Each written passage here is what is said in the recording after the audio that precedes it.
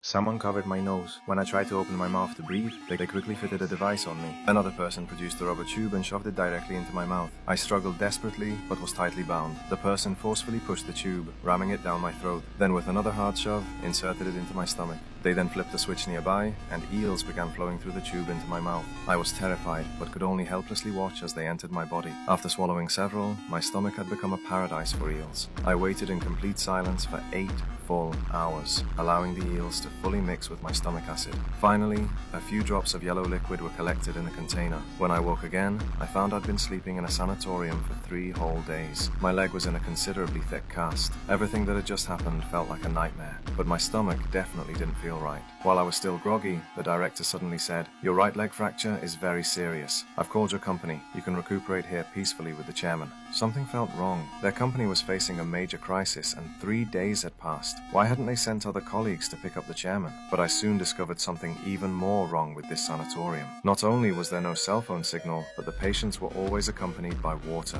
Some could sauna all day, others could dive for 20 minutes without coming up for air. The director told me to drink more water when I could, saying the mountain water here had excellent therapeutic effects. Right after drinking, I found something resembling parasites in my blanket. Too bizarre. I just wanted to find the chairman quickly and leave. Following the nurse's directions, I found the chairman in a secluded sauna room and urged him to return to handle the company crisis. The chairman particularly loved the spa services here and had planned to spend his twilight years here. Upon hearing about the company crisis, he immediately decided to pack and leave together. But before long, the chairman disappeared. His pillow was covered in blood. When I discovered this, I immediately confronted the director about the chairman's whereabouts. The director calmly said, "He's just receiving special treatment. He's quite seriously ill." I was furious yet incredulous. Then I suddenly had a severe nosebleed. Everything spun and I passed out. After examination, the director said, "This is serious internal injury from your car accident. I recommend a special treatment unique to our facility." I didn't believe it at all, but the heavy cast prevented me from leaving. If I refused,